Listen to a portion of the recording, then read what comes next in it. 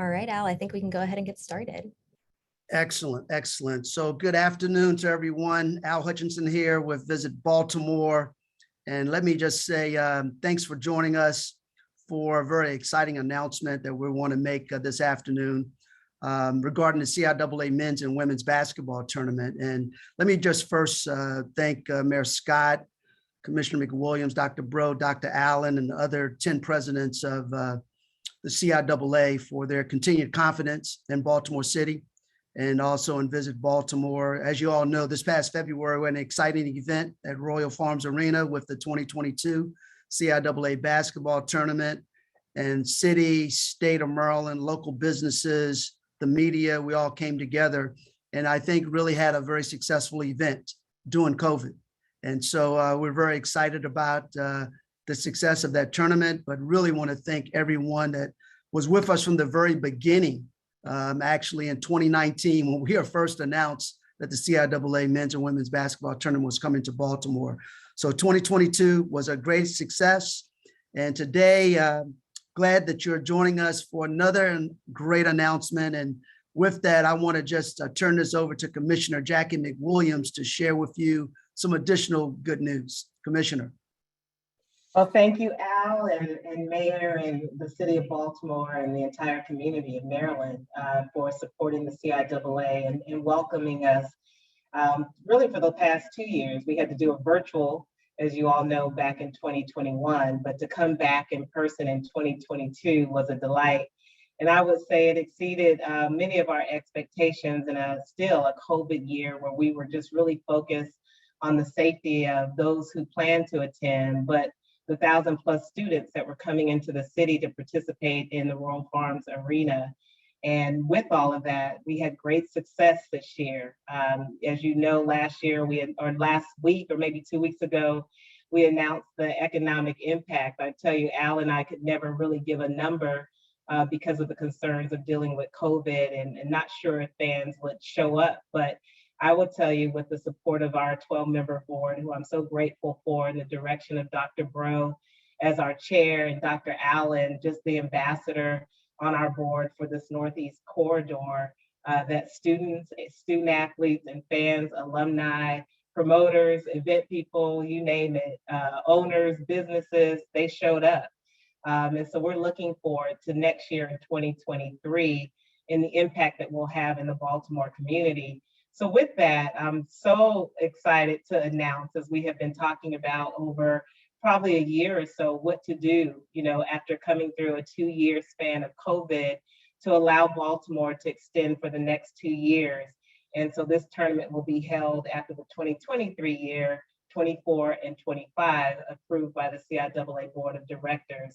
So for me and our staff and the Board of Directors, we just want to thank Baltimore for, one, saying yes, or two, coming and asking us to say yes, because we don't see this as a transactional partnership or partnership. We really see it as a relationship that we can grow together, and how we mix and blend our missions and our visions of our communities in giving the greater Baltimore, but also the greater greatness of the CIAA an opportunity to be bigger and better over the next year, but really over the next 2 years beyond that. So just congratulations to Baltimore and the CIAA for the great work that we've done this past year. I will also say that with Lincoln University and Bowie State being up as our hosts, and just their graciousness and just the support that they have provided, and the comments and the feedback that they have received from our board, and really being great advocates for Lincoln and Bowie, but all of our 12-member institutions, and seeing an opportunity that they can grow their fan base in this area just as well as we've done here in the South. And so again, Dr. Allen and Dr. Bro, thank you for your leadership and the support and just the advocacy of bringing your students and your fans showing up. I think Dr. Allen will share, she had alumni to come to the tournament that may not have come in the past to be a part of this great conference. So we're looking forward to the extension. We're looking forward to another great year in 2023, but really expanding and preparing for 24 and 25. And then from after that, we'll figure out what's next. But thank you all so much for the opportunity to share our story, but also to share this extension today. And so I will move it back to Al. Does that go back to Terry now? I can't follow the rules here. I forgot the whole order. But Well, we're going to give it to our other great partner, Mayor Scott, who's there we been go, really Mayor. a great partner. So Mayor Scott. Thank you, Mayor. Thank you. No, thank you. Thank you, Commissioner McWilliams and everybody at the CIA, Dr. Bro, Dr. Allen, first and foremost for believing and betting on the great city of Baltimore, albeit in a pandemic. We want to thank you guys very much. We greatly appreciate the partnership and know that we're only going to grow into bigger and better.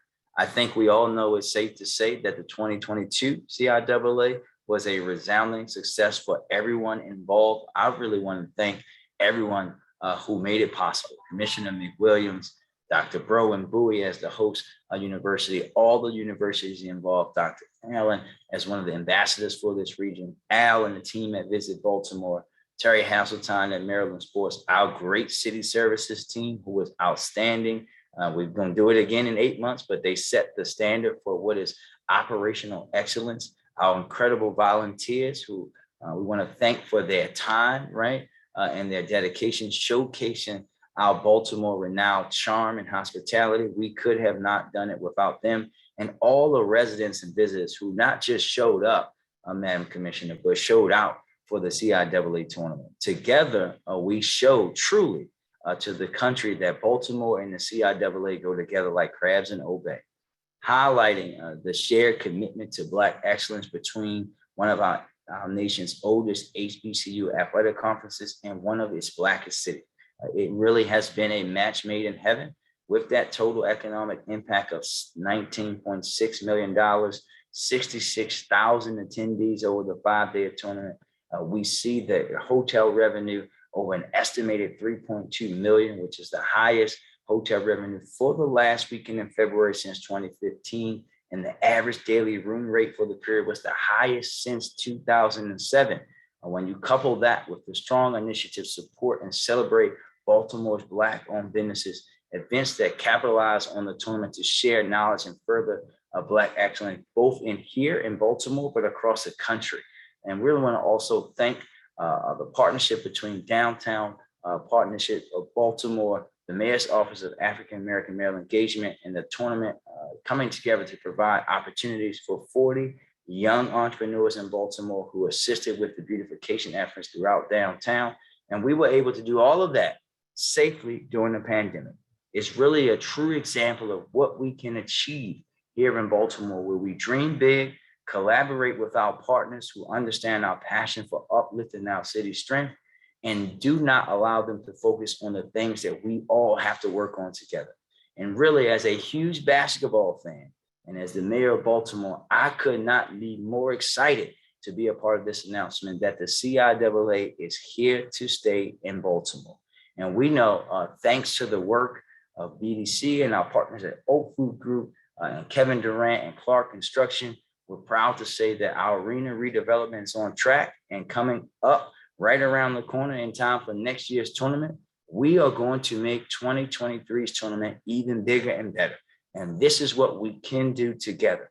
We will have folks talking throughout the country about how Baltimore and the CIAA are showcasing the best of beautiful, Black, amazing, excellent culture.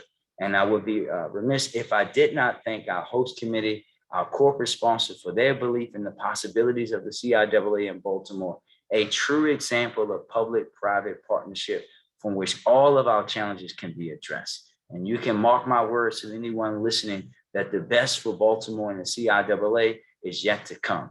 And with that, I will turn it over to our great partner from Maryland Sports, Terry Hasseltine. Well, thank you, Mayor. I don't know where to start after that great, conversation piece. First of all, I want to thank Commissioner McWilliams and the team at the CIAA for, choosing Baltimore and Maryland as your host for the men and women's basketball tournament for not only next year, but the extension as well. I want to thank Dr. Bro and Dr. Allen for their commitment to the excellence that is the city of Baltimore and the state of Maryland. It is a partnership that the mayor mentioned and the commissioner mentioned that makes this thing so special for the state of Maryland and the city of Baltimore. It brings the cultural opportunity along with a academic opportunity as well as an athletic opportunity under one umbrella over a week of festivities throughout the entire city of Baltimore. The mayor hit on the economics. That's just a small piece of the equation. It's about the cultivation of great partnerships and working with a conference that exceeds excellence led by Commissioner McWilliams. It's about partnering with one of our, great institutions and bringing an opportunity to the state that if it weren't for their partnership, we wouldn't be able to pursue. It's about partnering with the city and our partners at Visit Baltimore to ensure that the guest experience and that the spectators here in Baltimore, Maryland have a great experience. But when it's all said and done, this is a great event that contributes to the greater outcome of the things that the state and the city want to do together. It's a way of bringing people together to celebrate under the auspice of a basketball tournament, but really to celebrate the cultural experiences that only Baltimore, Maryland can bring to the table. And we are so excited from the state perspective to expand our sport tourism portfolio by including another, couple of years of the CIAA basketball tournament coming to the city of Baltimore. We enjoy this experience. We enjoy being a partner in this experience, and we enjoy seeing the young men and women who are coming to this community get a world-class experience and a world-class opportunity to showcase not only their basketball skills, but all the ancillary events where they get to communicate and articulate what they want to do in life and how they're going to contribute to our society once they graduate from one of these prestigious institutions of the CIAA.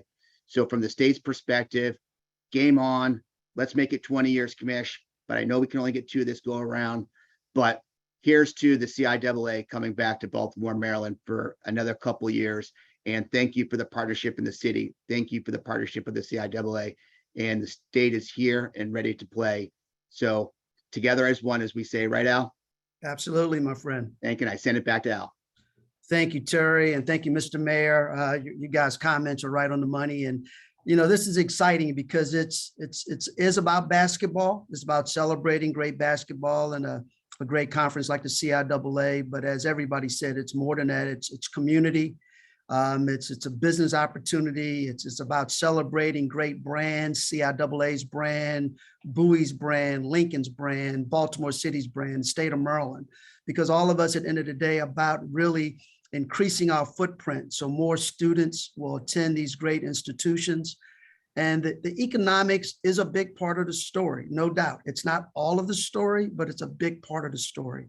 So I would tell you, we did partner with Tourism Economics to deliver the economic impact report for 2022's tournament. And just full disclosure here, both the commissioner and we didn't really know what the return would be, right, Commish? We're doing an unprecedented time dealing with a pandemic that none of us on this call have ever faced before. We had some folks who were on the fence about attending the tournament due to health reasons, and that's a great reason not to attend the tournament. And we really didn't know. And then Omicron, exposes themselves in December right before the tournament. So this was a really, really tough one. But I can tell you at the end of the day, and Mr. Mayor, you've alluded to some of those great numbers, but I will say to you, it was a success story. When you look at what Tourism Economics came up with over the week, $19.6 million in total economic impact, the first year of the tournament here in Baltimore during a pandemic. And when you contrast that with the first year of the tournament in Charlotte in 2006, no pandemic, it was $15.6 million. So I think all of us, if we're very honest with ourselves, just looking at that data point, that's a win. But then you look at the jobs created, 1,159 jobs created due to the tournament, 1.9 million in tax revenue for both the state and the city of Baltimore. That's a big news story. And you overlay that with the hotel numbers that Mayor Scott shared with you. That's a really success story when you look at the financials. And so we were pleased with that. And when you look at every dollar spent for this tournament, there was almost $4 in return. It was actually $3.73. Again, a great data point, a great success story. And what I will leave with you is, and Mr. Mayor knows this, but when we went after the tournament, we said we're going to celebrate basketball. We're going to celebrate the great city of Baltimore, but there was no way we could do that without celebrating our Black-owned small businesses here in the community. And we're very pleased that the data point on that, all the businesses, a little over 100 minority-owned businesses that participated, but a little more than $1 million was spent to support those businesses so they could have a seat at the table and really benefit from the success of the CIAA tournament. We had to do this to include our small business owners here in Baltimore City so they could hire people, they could benefit from everything that the tournament has to offer. So just financially, it was a great win. I really want to thank our local businesses who stepped up to raise money. A little more than $1.2 million was raised by a number of businesses here in Baltimore City that we're very thankful for that effort because it could not have happened without the support of a number of our local businesses. So, Mr. Mayor, again, thank you for your support. Lieutenant Governor Rutherford, Governor Hogan, the entire state of Maryland for their support. But this has been a really, really big economic engine driver for Baltimore during a very slow need period historically for our city. So we thank you for all of that, what you do. And one of our biggest supporters of this tournament could not have happened without Dr. Bro's leadership. Everything she does at Bowie State, of being the chair, the president's council with the CIAA. We really are grateful, Dr. Bro, for everything you bring to make this tournament a great success. So let me turn it over to you, Dr. Bro, because I know you have a number of things you'd like to share with us. Yes, I do. And let me begin by sharing my excitement. And it's been a joy to work with you and the entire team and our partnership throughout this experience. And good afternoon, everyone. I bring you greetings on behalf of the CIAA board and the host university, Bowie State University, the oldest HBCU in Maryland. And I want to send special greetings to our commissioner, Jackie McWilliams. You know, we're very, very fortunate to have such an innovative and strong leader in our commissioner who has led the way with this transition to the city of Baltimore. And as you said, Al, during a pandemic, leading the way, never once flinching. And here we are to talk about great successes. The CIAA in the city of Baltimore, it has a very special meaning for me as president at BSU, having had the university founded in the city of Baltimore in 1865 at the corner of Saratoga and Calvert Streets. So this has a very special and deep meaning for this campus community, but indeed it has one for the entire region now to have the CIAA in the city of Baltimore once again. As I begin my remarks, I do want to express my deepest appreciation on behalf of the CIAA board to the city of Baltimore for the wonderful partnership that we've enjoyed and the amazing launch of a successful, not we think it was successful, it was a successful in-person CIAA basketball tournament back in February. In person, yes, we had a virtual experience last year, but we know everyone wanted so much to be back in person, to see the events, the competitions, but to feel that energy that we know is the CIAA. And in the face of the ongoing concerns for the pandemic, the CIAA tournament delivered a total economic impact of almost 20 million. My math teacher told me to round up. So I know you're saying 19.6 million, but I think it's important to note that nice round figure of almost $20 million to the Baltimore region. This doesn't just happen. It doesn't just accidentally happen. It happens because of so many who work so very hard. And I want to acknowledge the incredible efforts and leadership from the city that brought this about. Mayor Brandon Scott, you are amazing for your leadership and your commitment throughout this process. You also led during these extraordinary times, and we can't thank you enough for what you have done to not just support, but to lead the way to the success that we've realized. We have to thank members at the state level who contributed and supported this initiative, to our governor, also to our Lieutenant Governor, Boyd Rutherford, for his presence throughout the tournament, sitting courtside and cheering on not just the Bulldogs. I would have loved if he was cheering on those Bulldogs, but this is that HBCU love, and we cheered on all of our teams because we were so excited that they now had this opportunity to take to the courts and be back in person again. And we really appreciate all of the support of our mayor in Baltimore, but also Lieutenant Boyd Rutherford. And also, I want to extend my deep appreciation to you, Al, and everyone at Visit Baltimore for bringing us together to continue to realize this excellence that we saw not only on the courts, but out in the activities and in the community. And it's because of the many efforts, the leadership, and the support, and the many positive outcomes that we realize that plans are now being finalized for a 2-year extension between the CIAA and the City of Baltimore to host the men's and women's basketball tournament through 2025. And the CIAA, just know we're so excited to bring the tournament back to Charm City, and we look forward to even greater success, as others have said. And by now, it's our hope from the CIAA that everyone's feeling a part of this excitement of having the CIAA as part of the Baltimore community. That's what this is about. We're not just coming in and we're bringing an event. We want to be part of the community.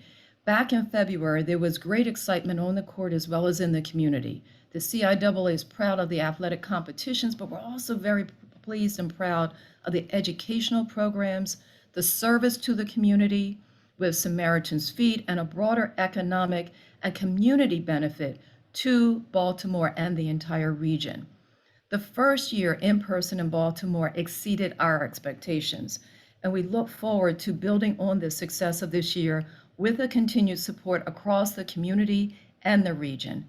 Our success was a direct result of the leadership and strong support system provided throughout the city and with state officials as well. So we recognize all who contributed, and we look forward and just know we are excited about celebrating our universities, our student athletes, and our alumni during future tournaments.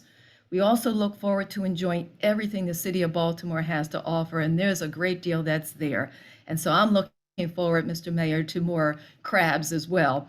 And so that's a promise I heard from you. Thank you, Mr. Mayor. Thank you, Al. Thank you for the entire partnership, Maryland Sports, Terry Hazeltine. And so it's now my honor and my pleasure to introduce my fellow colleague, a member of the CIAA, the president of the first HBCU degree granting university, President Brenda Allen. Thank you, Dr. Bro.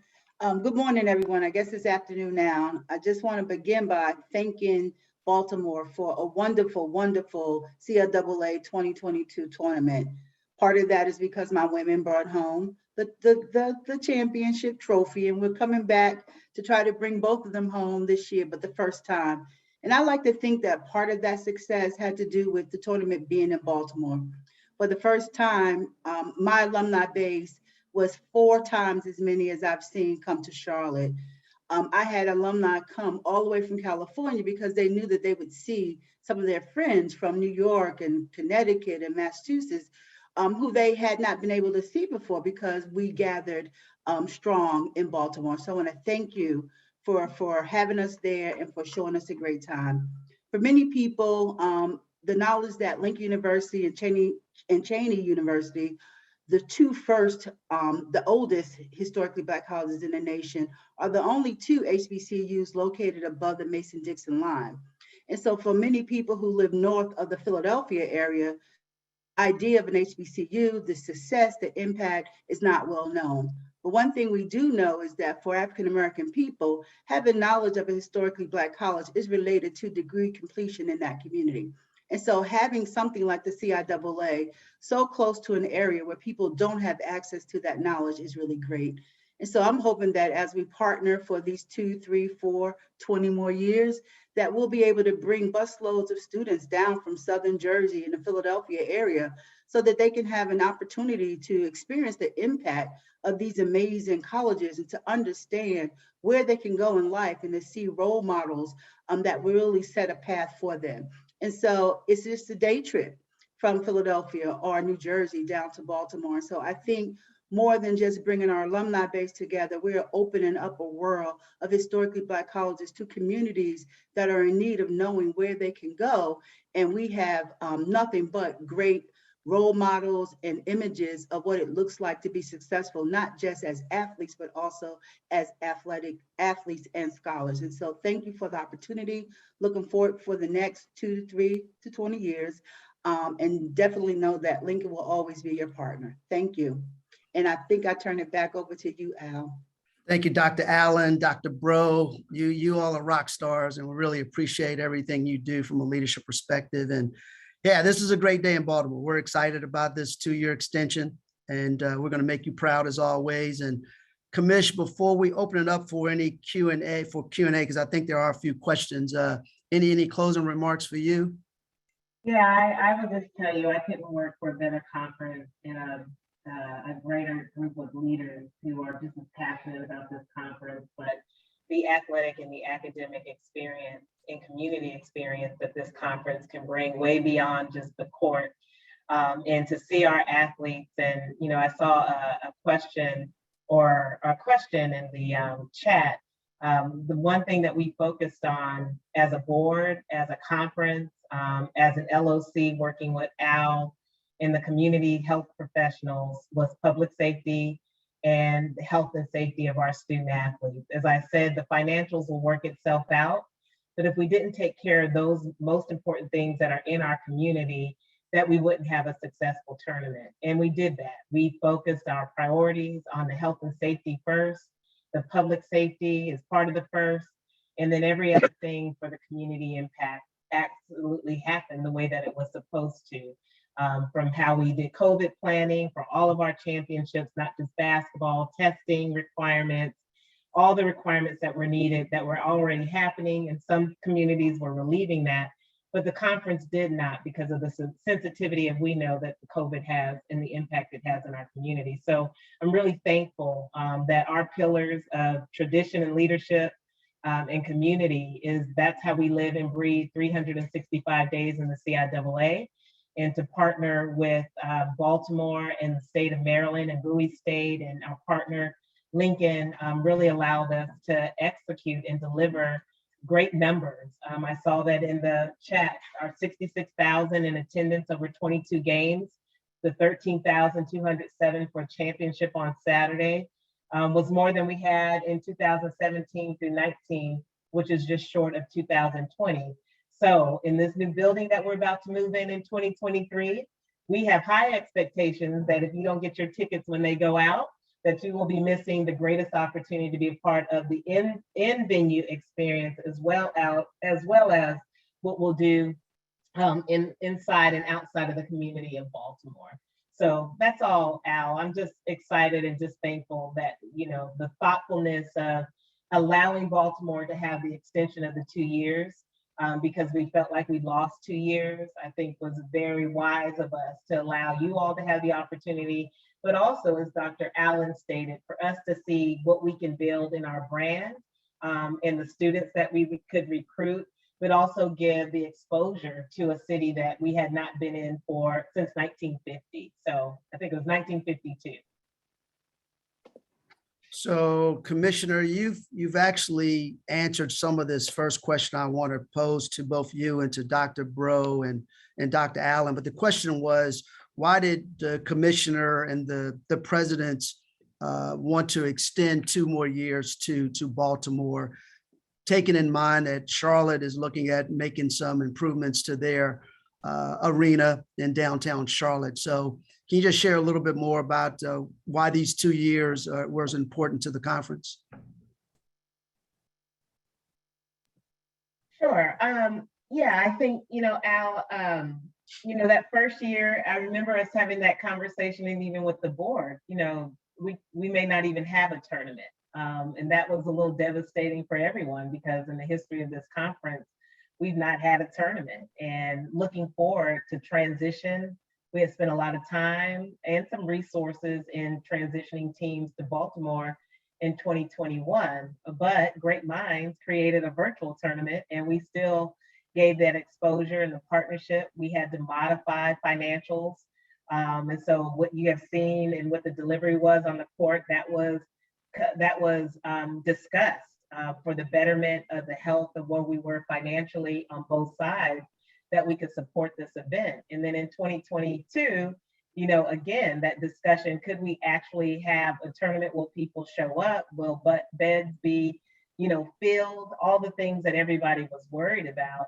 And we saw that we could deliver. And the conversation prior to all of that was, should we give Baltimore the opportunity to regain that 1 and 2 years back that we're not sure that we're going to be able to execute a full tournament as we have in the past. And I think that was a huge discussion in the start and the onset. But I think after coming off this tournament and seeing the success that we had, I believe, and Dr. Breaux can speak on this for the board, it just made sense to give you all the opportunity, and the CIAA an opportunity to also build our brand and also the community that we were looking for as we moved to the area. I would agree wholeheartedly and underscore that last comment. We have gone through a time of change, and we wanted to give the opportunity for us to fully realize the vision that we had discussed and we all committed to. And unfortunately, the pandemic changed the environment a bit. And so we wanted to give that opportunity to fully understand what the tournament could offer in the city of Baltimore. But I would also add, what we really focused on, especially, was the all-in commitment that we saw at all levels from the city that was unlike anything that we have realized. And so it wasn't just one entity. The mayor, Visit Baltimore, Maryland Sports, the state, across the region, the restaurateurs, the hoteliers, the list goes on and on and on. What we saw was an all-in commitment to the CIAA. And you have to pay attention to that. You have to focus in on that level of commitment that says, welcome, we want the CIAA here. And not only was it a commitment, but it panned out and it was realized from the efforts that we saw leading up to the tournament, during the tournament, and now with where we are today, already planning ahead for even greater success. So yes, it's about, let's see what we can do in the future when we don't have the constraints of the pandemic. Yes, we'll always be dealing with some element of it, but as we come out of this, we want to build on the success that we realized even in the face of those obstacles that we were facing. So imagine what we can do building on this success, given what we've been through already, the lessons learned. And so we are fully committed to working with this partnership with the city of Baltimore.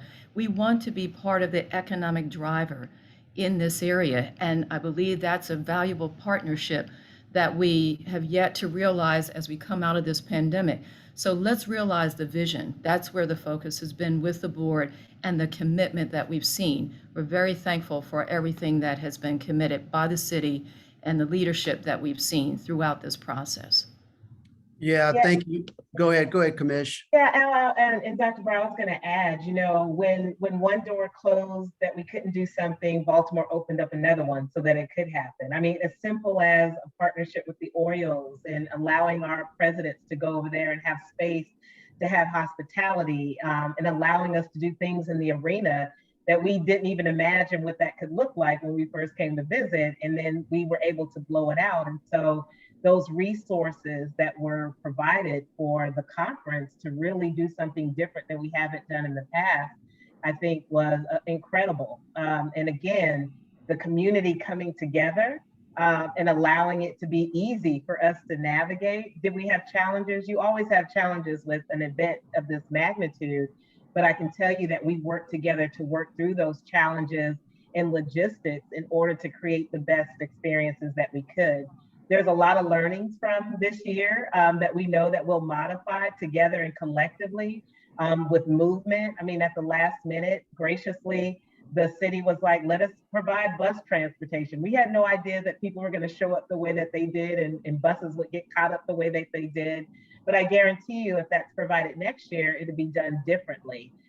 Whether it's hotels and any issues that we heard, what I can tell you from what I've heard from fans, regardless, they had a great experience. Hotels were accommodating. They were gracious in making up what they missed out on. And so I do think all the things that you may have heard wasn't a whole lot of negative, but it really gives us an opportunity to fix or to make those things better for our fans and for the people who even came to our fan fest. I mean, you know, first time not being a part of a CIAA tournament and the community from cheer to band, young people getting that exposure that they may have not ever gotten before was incredible for me to see and to watch and to talk to parents and to hear them on the news station and to tell their own stories of why this tournament is so important. And do we have more work as we try to get the message out to the community? We know that regionally, Al and I have talked about this, that we're doing our best. We need people to follow us on our social media platforms, follow the city so that you know what's going on. We have new updates every single day. But if you don't follow it, then how do we get out to make sure that those who don't have access to that know how to be a part of the tournament? And then lastly, I will say, which is most impressive, you know, the job opportunities, but the way that we've worked with our minority and owned media, but also businesses.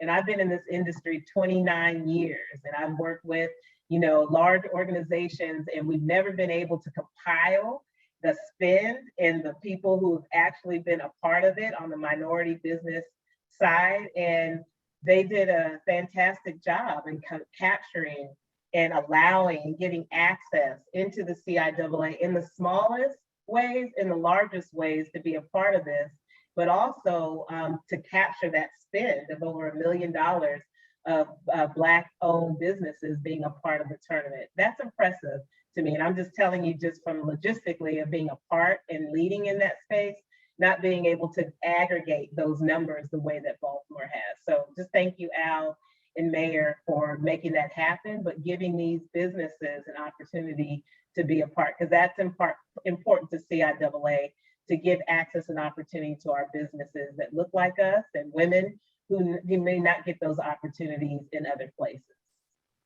Well, thank you, Commission. To that question about job creation, that was extremely important to all of us. I know, Mr. Mayor, that was important to you as well. And if you think about it, you know, the operations team at the city level really was the front line. They stepped up and really added some beautification to the city.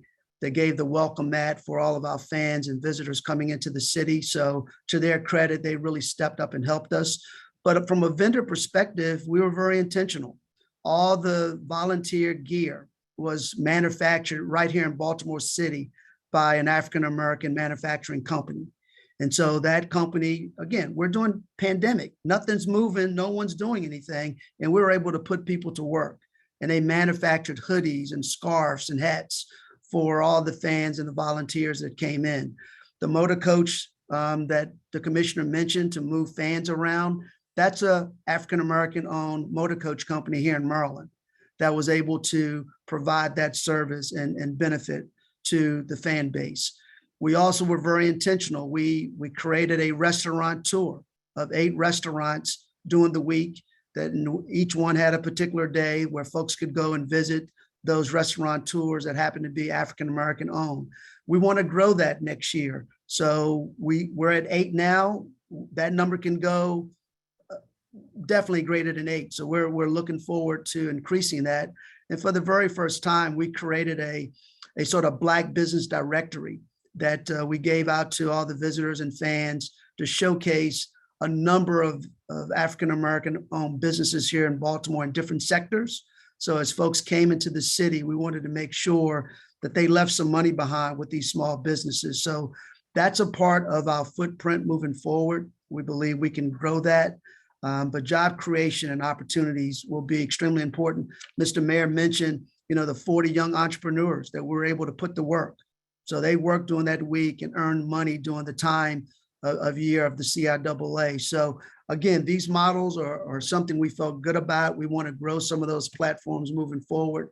But the job creation piece, we believe, is something that makes Baltimore special. And I think the presidents and the commissioner really saw value in that. Kelly, I know there are a number of questions, and Mr. Mayor, you can go. I'll stop there. No, Al, I was going to ask if you guys wanted me to take this one about the safety. Absolutely. Yeah, thank you. And thank you for the question. Just as we had this year, we're going to have a robust safety plan and deployment as we always do with our major events here, to make sure that everyone's visiting, our athletes, our presidents, everyone who's taking part in the CIAA is safe. And when you have the amount of people that you have there and you have a safety plan in place, we can have a successful, safe week just like we did this year. And we look forward to even having a bigger and better one next year.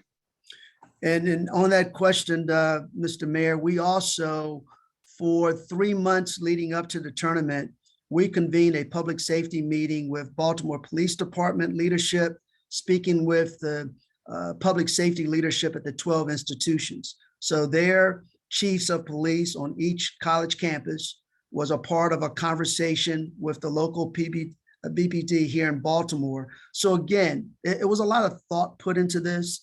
You know, folks, you know, they show up during the week and think it just happens. It's magic. It's not magic. It's very thoughtful. It's very strategic. And there's a lot of conversations that are had. And public safety was one, but keep in mind, we had public health that we had to talk to as well, to the mayor, to our health commissioner. That will be a conversation that we will continue moving forward, because none of us can predict the future. We don't know what that looks like. We don't know what the next virus will be. So we have to make sure we're having these conversations ongoing and be thoughtful. We don't want to take this position that we know what's going to happen in February of 2023 from a health perspective. We don't know, but we're going to have those conversations with our health team, and we'll definitely continue to have some public safety conversations as well. Al, if I can give a shout out to Major Corbett. I mean, again, for the first time in a long time, I didn't have to spend time with the board or our media PR in explaining something that was not connected to the CIAA. There was minimal to none incidents that were connected to us that were, you know, that we had to manage expectations for. And so I appreciate the media, Visit Baltimore, Public Safety Mayor's Office for managing those things that, again, had no responsibility of the CIAA, even though some things could be happening within the city, as it would in any city that you live in, as we see things going on today. So at the end of the day, I think our fans were surprised of the public safety and felt safe. They moved around, they got around where they needed to, and we're grateful that there was a highlight and also a support of ensuring that public safety was top of mind. So Mayor, again, you and your team and Major Corbett did a fantastic job in communicating with my team, but also us putting information out to the public about where to go and how to move around and mobilize themselves was outstanding. So I'm just grateful that everybody felt good about coming to Baltimore, but also left feeling good about the city and wanting to come back. Yeah, one of the questions in the chat was, does Baltimore focus on African-American tourism? And I like to speak to that directly, and the answer is yes. CIAA is one example of how we focus on African-American tourism, because the CIAA is arguably the largest sports marketing event in the African-American community, bar none. So that's something we focused on. But if you think about it, just this summer, you know, we've had the Alpha Kappa Alpha Regional Convention here in Baltimore. The Lynx Convention will be coming in a couple weeks. We just announced on Friday AAU Junior Olympics, which is a predominantly probably African-American athletes that participate in that event. So we have a very strategic plan. We have several folks on our staff that focuses on that market to make sure we're out nationally looking for the right opportunities. Just yesterday, we announced the National Minority Supply Association, Mr. Mayor, is coming to Baltimore in 2023. We've been working on that for 8 years.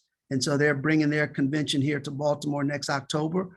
So that is a very important marketplace to us on the meetings and conventions and sports side of things. And Terry partners with us on the sports side, but it's also important from a leisure traveler. 25% of all of our visitors that come to Baltimore are African-American. So that's a big push. We market to the African-American community very aggressively in our print literature, digital, our messaging, our rebrand that we just did about 1.5 years ago. It has a Black and brown focus to it. It's Baltimoreans, faces and voices to it. So it's extremely important that we reach that community. We know how important African-American tourism is to every destination in America. We want to make sure Baltimore is one of those leading destinations. So our focus is there. It's extremely important. We are very aggressive. I thank the mayor and the Baltimore leadership team for their support. And we're going to bring more targeted African-American tourism events to Baltimore because that's the right thing to do. And there are groups that are looking for places to go. And I will say to you, a lot of communities in America aren't welcoming to people who are Black and brown. And so at Visit Baltimore, we've created an initiative called the Warm Welcome Program.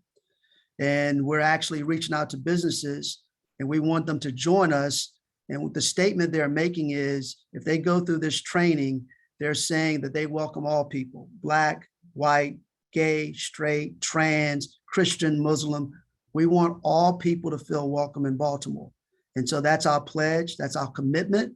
And we're increasing that footprint of a number of businesses who are joining us in that initiative because we do believe that's going to separate our city from a number of other cities who are struggling with answering that question. Thank you, Al, Mayor Scott, and Commissioner excuse us. Sorry about that. We have a few other questions here in the comments.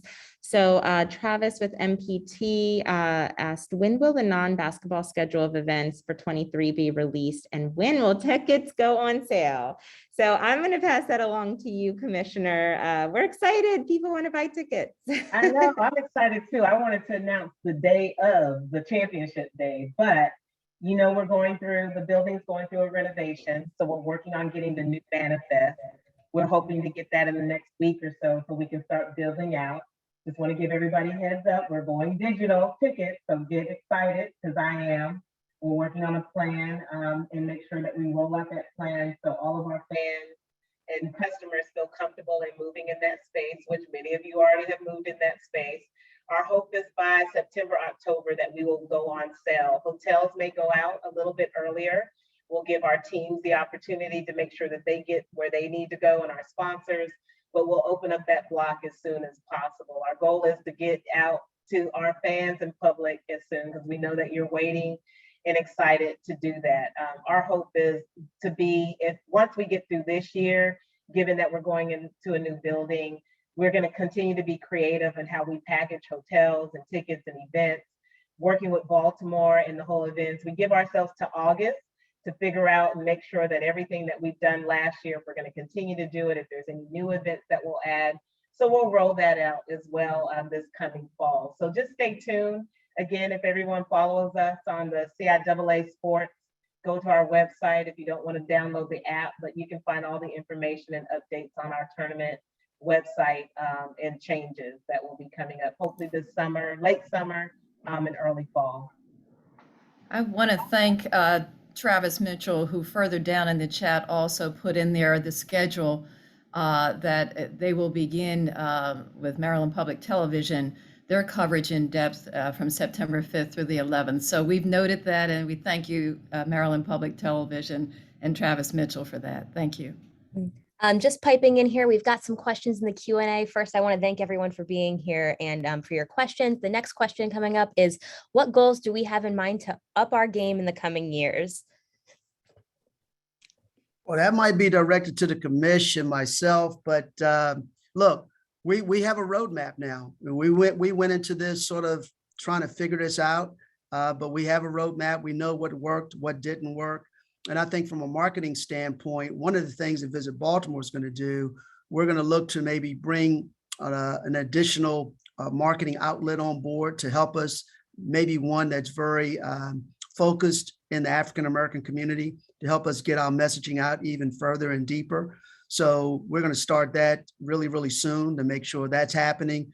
But we're encouraging everyone on this call, your followers, your fan base, help us to get the message out because we know that a lot of folks were on the fence last year, and we know that the fans left Baltimore very excited. They went back to their communities and they're telling people, you have to go to Baltimore the last week in February.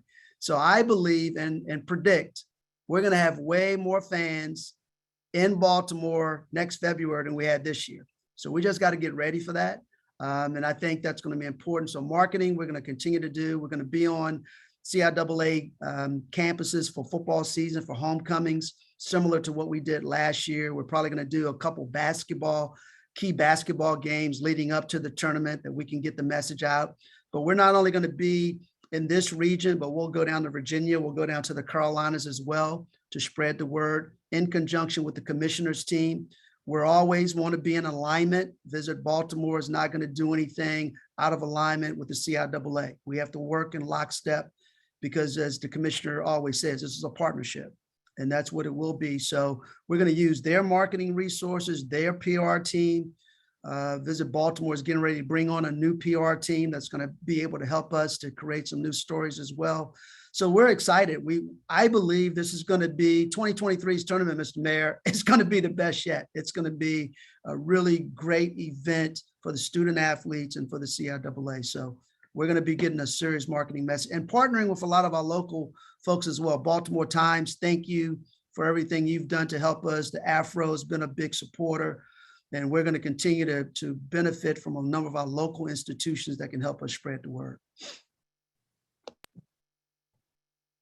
I agree with Al. I think, again, the schedule will always evolve. Because we did it doesn't mean we should continue to do it. I think that's an evaluation that we look at constantly. But really, I'm always going to be focused on the student athlete experience inside the building, making sure that they have the greatest opportunity to play the game that they love, to crown a champion, and make sure that atmosphere for students and alumni and fans feels good.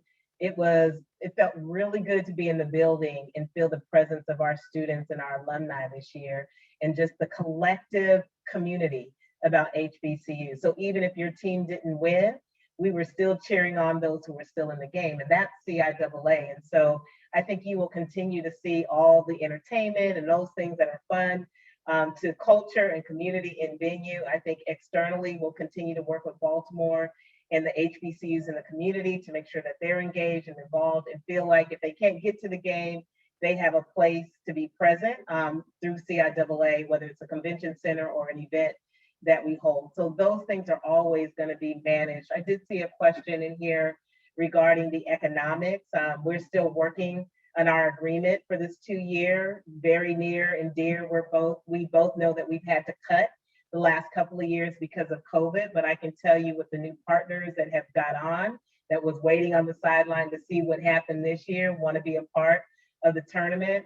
That's for the CIAA and its national partners, but also Baltimore and their local regional partners, as Al and the mayor are raising funds to meet the commitment for the CIAA, and the CIAA is making its commitments to meet to the membership. And so we're working collaboratively to ensure that we have the resources in place to meet those expectations. So it is an exciting time, but I will tell you the schedule could look a little different than it did this past year because of our collaborative efforts and how we're meshing and partnering together with our partners locally, but also nationally. Great. And then that goes into the question of, is Baltimore planning to increase its contributions? I know that there's an agreement in place. So the next one is, how can we market the CIAA in the meantime? This question is from Donnie Glover with Be More News. To help, and what can we do in the Black press to help illuminate this marvelous event? Well, I would say to Ms. Glover, definitely reach out to our team, because we will be looking to engage the Black press here in Baltimore to help us with messaging. That's going to be extremely important. We're going to have I think a kickoff meeting on June the 3rd, which I believe is Friday, with the local partners to begin to talk about next year's tournament. And the local media will be a part of that conversation. My marketing communications team here at Visit Baltimore will be working with the local media as well. So, hey, it's going to take all of us. This is not a Visit Baltimore show here. This is about the entire city of Baltimore. All businesses can help us with your messaging because you have followers, you have readers, you have listeners. So we know if this is a win for Baltimore City, it lifts all of us. So we encourage all of our local businesses who who feel that this is important to join us, to partner with us, to help us in this storytelling. And I'm sure the mayor would agree with that. Yeah, I'll just say to Donnie, my good friend, my brother Donnie, the way that he can help now, you heard Al talk about reaching out to his team to make sure that you're included. But Donnie, no one has the community pulse bullhorn that you have. So you're starting to tell folks right now that the CIAA is being extended in Baltimore. It's going to reach people who are going to be reaching out to figure out how they can get involved and what they need to do to help us make this successful. So I'll just add on to simply say that in addition to what Al said, to make sure that we connect you with all of our teams to get you involved. May I just add, from the educational standpoint, our model is student athlete. We want our students to first and foremost get an excellent education, and that's what our member institutions are about. And so to Donnie, I would say, could you please do what you can to raise awareness about the excellence we have on each one of our campuses with academic excellence as well as athletic excellence. The combination of the two has prepared our students very well for success beyond completion of their degrees. So that's where I would ask that you, in addition to the other comments that I fully agree with, please help us to raise the awareness about all of the value that we provide to our student athletes and the rich experience that it offers that's very uniquely positioned in higher education. To have HBCUs come together in this athletic conference is quite unique with the amount of excellence we have on the courts, but most importantly, in academics where they're able to excel, and they do so when they graduate. And at the tournament, we get to culminate everything that she says. I mean, everything. I mean, with the Career Day Expo, with High School Education Day, with all of that. I mean, and our partners are looking for students in the community from our institutions to get internships and jobs. Our institutions are looking for the students in Baltimore and the greater Maryland to come to the 12-member institutions and our campuses. And so the greatest exposure that we have to make sure that all 12-member institutions, all 3,000 student athletes are highlighted, all 12 leaders of our conferences, the tournament is where we get to culminate all of that right in the city of Baltimore. So it's exciting because, again, I like to run basketball and championship events, but I do understand that we have a greater responsibility way beyond the game. But I will also say, realistically, we can't do everything, but please believe we try. So if we don't get to you, don't take it personal. Reach out to Al, reach out to the mayor or to our office, and we'll always figure out if we can. And it just may be timing, but on the most part, I think we're doing a really good job making the greatest reaches that we can in this atmosphere, but also with the resources that we have and the opportunities that have been made available to us. Awesome. Thank you all. Thank That you concludes. so much, Commissioner Williams. Well, I think that gets to the end of our press conference. Both myself and Ari are available if the media have any additional questions. Thank you all for participating, both media for attending, your thoughtful questions, and our incredible panelists. And we will be sending out a taping of this by the end of today. So media, more to come. Thank you. Hey, a big thank you to everybody. Really appreciate it. you. We're excited. Let's go do it. Thank you, Thanks, everybody. everybody. Thank Appreciate you. it. Very much.